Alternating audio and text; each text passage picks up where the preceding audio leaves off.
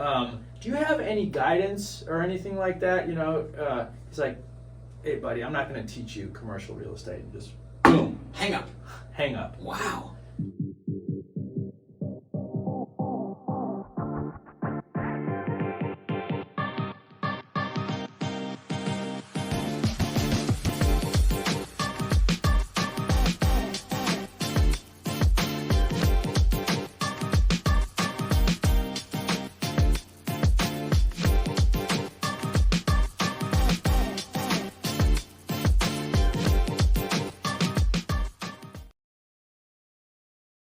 Today's episode is part of our Landlord Chronicles series, where we hear from amazing landlords about their most interesting landlording story, along with a lesson to help you invest better. What is up, folks? I am indeed super pumped today. One of my good friends in the studio. We're in the Real Estate Hacker studio. All right. Very This is exciting. cool, right? Very exciting. Yes. And, we don't do a lot of episodes in person since we interview people from all over the world at this point. But Ari Sznajder, he's a local, and he said, hey, I'll come on your show. Yeah. He's got a Landlord Chronicles story for us. First, some background on Ari. Did we have you on this show before? I think, yeah. Multifamily joint ventures, like Second time a on. couple of years ago. You might be the first time ever to be on here twice. I'm the first double dipping guy. That's a big deal. I'm the first double dipper. That's a big deal. So Ari is a cool dude, has invested in a wide range of assets. Single family homes, multifamily, commercial. Mm-hmm. You had someone create a mural Had in your someone create a town. mural. Yeah. Tell us that story really quick. So I had a building and it had a really ugly looking wall, and I wanted to put a cool mural because I thought it would kind of revitalize the downtown and be good for property This values. is in Lebanon, Pennsylvania. Lebanon, Pennsylvania. So no one was doing it for me, and so I basically saw a former NFL player. His name is Jared Odrick, which you met. Remember? Oh, yeah. Through that Jared. one meeting, we met up with Yeah. him. Really cool dude. He's like Farmers market. he's doing like Porsche car racing. That's his thing now. So he's moved. But anyway, we partnered together to create this mural, and we got this muralist, which is BK Fox, who's an internationally renowned muralist. And it was a pretty cool project. It was a cool art project. That's awesome. It looks really nice. It's a recreation of a Norman Rockwell. And it looks for like a modern take on a Norman Rockwell, and it's That's really cool. This is on the side of one of your multifamily buildings. Yeah, it's pretty big. It's like, I want to say it's like 50, 60 feet high. It's pretty nice. Wow. You can see it from a long way away. That's awesome. And the point of that was kind of just give back to the community, create some real live art. Yes, exactly. It's just a gift back to the people of Lebanon, Pennsylvania, because we've invested there. We've done pretty well there, and we kind of want to give back to create an artistic, because we're also working on this project. It's called Accelerate Lebanon, where we're improving live, work, play, kind of like improving the housing stock, creating more jobs for the city, and also the play, which is amenities, fun things to do, and also like public art and stuff like that. So the mural was a big part of that. We're going to try to do a mural fest for 2024, kind of like Harrisburg did in the past. So we're working through a couple projects like that. What is a mural fest? It's basically one day where we get a list of walls and people who want to do stuff. We raise money, and then we get like internationally renowned artists, that would come and do really cool stuff, where it's hard to do it kind of onesie twosie in some of these towns that aren't that big, you know what I mean? Yeah, that's the game plan. Neat. So it's almost like a competition. Yeah.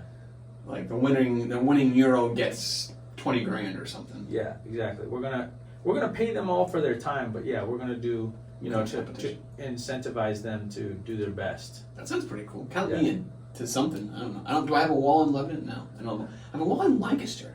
Is this a Lebanon thing?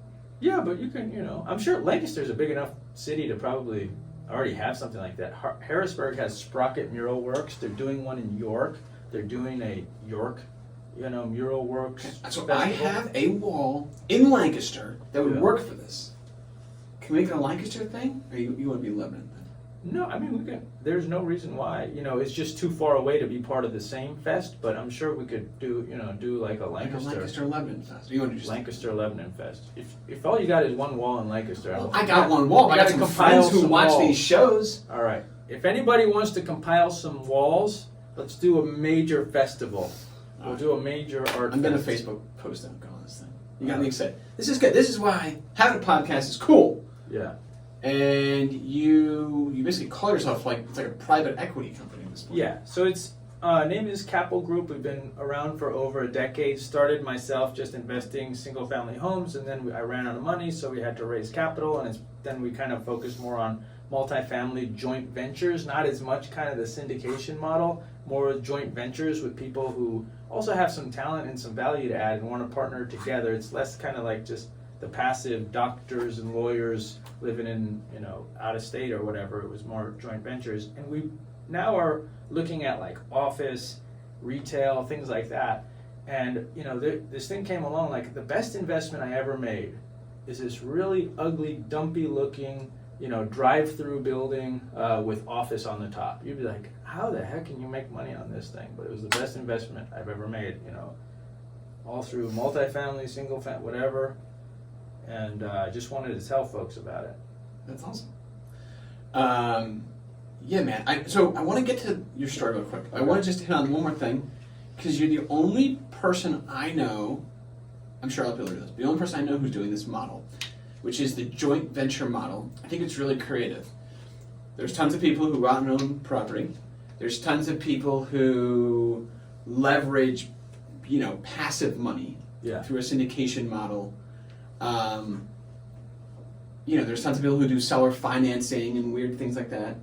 Or wholesaling, obviously, but you actually do like a small, you go buy a property or a project with like one person, two people. Yeah. To basically get another active participant. Yeah. Like you don't want someone just sitting in the silence. You want someone who's actually going to grind it out with you. And do stuff and really the fun of running a business together is, because a lot of times passive investors, you're basically just buying yourself a job, and I did that actually, where it was technically a joint venture, but one of the partners was, they were content to kind of sit on the sidelines, and I got more equity because of it. But then I slowly realized that I basically just bought myself a job, because you're updating and it wasn't big enough for it to be worth my time to report back on performance and stuff like that on an asset that's so small. So I decided to find people and partner, whether they have other skill set. Like one of the best investments projects have been, I partner with someone who has a construction company, and he also has a building supply company, so we can get the materials at a cheaper cost. Like if it's a value add, if there's a lot of construction involved, that's the sort of people that you want to partner with. Or like somebody who's got an eviction company, let's say. You got some people to evict. If you got a building, you got to evict like 20 people. Like you probably want to partner with an eviction, someone who knows about that. So I think it's like a tailor made approach, and it's a small thing, because I'm not trying to be, $100 million company per se. I just want to do cool projects with folks that I want to do projects with. I love that. By the way, if anyone's out there got a project looking for someone who knows how to evict people, we are now filing 200 evictions a month through CourtZip. Isn't that wild? That's big. All in Pennsylvania. You were there when I first saw this idea. Yeah. You probably wondering how it's going. Good. I think 200 a month. That's good. By the way, we don't love evictions, but it's a thing you gotta do in this industry. And then I was talking to Nate that there's like 70,000 evictions a year, not including Philadelphia. Yeah. So you guys, if you look at your market share, is not, super small. I mean, low, mid, single digit, almost double digit market share. To something like 3% of all evictions filed in Pennsylvania are now running through our CourtZip technology. So, and last thing, I'll get off CourtZip. It is wild. When evictions get filed properly, there's actually a lower chance of someone being evicted. Sounds crazy, but actually when you move someone through the process, it actually keeps how much they owe down, and they're actually usually able to pay it off. Mm-hmm. As opposed to when they owe $5,000, $10,000, there's no way they're making that kind of payment up. Yeah. Anyway, let's get to your story. So this is Landlord Chronicles, 100 investors across the world telling the stories, and you've got a cool one. Yeah. What'd you do? So I was reading the newspaper, and I saw in this area that I know really well. Like the actual newspaper, or on like a email blast. And I saw that this Wells Fargo is going dark in like a block away from where I own like 30 units. So I was like, wow, it's going dark. What exactly does that mean? So I kind of did a little bit of research, and I saw, well, it might be a good opportunity to buy an asset that's going dark because Wells Fargo's moving out. It's looking dumpy. It's not good for the city. It's an eyesore. And that's a good time for people to sell. So I called up Wells Fargo. I was on hold for like 3 hours, and they're like, oh, call this REIT out of Dallas, Texas. I'm like, okay, that's the owner, REIT out of Dallas, Texas. I was looking at this REIT, and they own a bunch of stuff in Florida and Texas. They're like a Sun Belt REIT for retail mostly, single tenant net leased. It's pretty impressive you got them to tell you who owns the property. I I can't get Wells Fargo to even tell me how much is left on a mortgage I own without without answering security questions and. Yeah. I mean, that's pretty impressive, by the way. Yeah, because I think it was a bank teller that eventually just I'll look it up for you. There it is. Okay, so REIT that's out of the South, and this was like their only asset in the North. Yeah, they had like one in Philly and one in Central PA, and I'm like, these guys don't really want this asset. They don't care about this asset. Like it just went dark. Like this thing is it's a flea for them, and it's a pain in the ass. So. Why don't I call? So I was on the phone trying to get to the right person in the REIT because the REIT has the property management, they have the acquisitions, they have the legal team, they have this, and they have a lot of different people that need to be. So I got through to the acquisitions guy or dispositions guy. I remember he was, really, really short with me on the phone. I called him. I was like, hey, I'm interested in this property. I saw it just got dark. He's like, yeah, we're not really thinking necessarily about selling it, kind of giving me the hardball thing, the playing hard to get, and just give an offer. I'm like, okay, cool, awesome, we'll do. Do you have any guidance or anything like that? He's like, hey buddy, I'm not going to teach you commercial real estate. And just boom, hang up. Wow. And then I called him back and I'm like, hey, we are serious, like blah blah blah, telling the story and stuff. He's like, okay, give me an offer by the end of the day today, assuming it's vacant. And then he hangs up. And I'm like, go ahead. Real quick, just to paint the picture here. This is like a 5,000 square foot building? It's a 10,000 square foot building. It's on like 20,000 square foot of land, so it's got a lot of parking. If you think about a Wells Fargo on a busy intersection, it's like with a drive-through. So it's like 35,000 vehicles per day that go through this, and it's pretty big, And I really didn't, so I had to start crunching the numbers on it. So he hangs up again and says like, "Look, I'm not going to help you." Yeah. Basically, get lost, buddy. Yeah. Like you're like a fly. You are really like you just won't go away. And so basically what I did is I looked at it, and then we did a little bit of numbers, the comps, this, that. There wasn't really good comps because it's a weird property because it's drive-through retail on the front and it has like this little office area up on the top. It was like a central Wells Fargo for the area. So basically what I did is we crunched the numbers, and I said, well, if I get it at this price, it's going to be a home run. So I called him up. I was like, we offer $602,768 or some weird number that he probably thought I spent a lot of time on. He's like, okay, well, the income is, it's got gross rents of, $150,000 a year until 2024. Give me your value, as leased. Now, can I get you to explain that? Because this is confusing. So Wells Fargo's the tenant. Yes. And they are paying. This is what's strange to me. So their lease, even though they're leaving, they still have 4 years on the lease. Yeah. At $150K per year. Yeah. Which is like a lot of money. Yeah, it is. Yeah. They're basically paying for and it's a triple net lease. Yeah. Triple net. So they're basically paying your house off, your property off. Yeah. That's correct. Yep. That's pretty wild. It is. Like if you see credit tenants moving out, if you see credit tenants that are no longer there, they're going to close a location. Like that's a good opportunity to call them. Like if I feel like get a call center working for you, like finding every single, time a Wells Fargo is leaving or something like that, or like, I don't know, a Taco Bell or whatever, just like leaving that spot, because they still have probably some time left on their lease, and they're just a big company, they don't care, and call the REIT, And then now you're trying to decide, what do you do? So they'll be on a couple of years. Yes. You could basically buy them out of their lease. Yeah. Or you just let it keep riding, and in a couple of years, then sell it, or... So I said at the beginning that he said, make a offer on it as vacant, and then he's like, well, now here's the rent. Make an offer with this rent. And it was $150,000 a year. I didn't know what to do with it, so I was like, if I offer $75,000 on it, I'll make it'll be a slam dunk. So why don't I just do that? So I just called him up and I said, $675, the whole thing, cash, close in 30 days. He's like, are you nuts? Like, we have $150 in income on this. Click.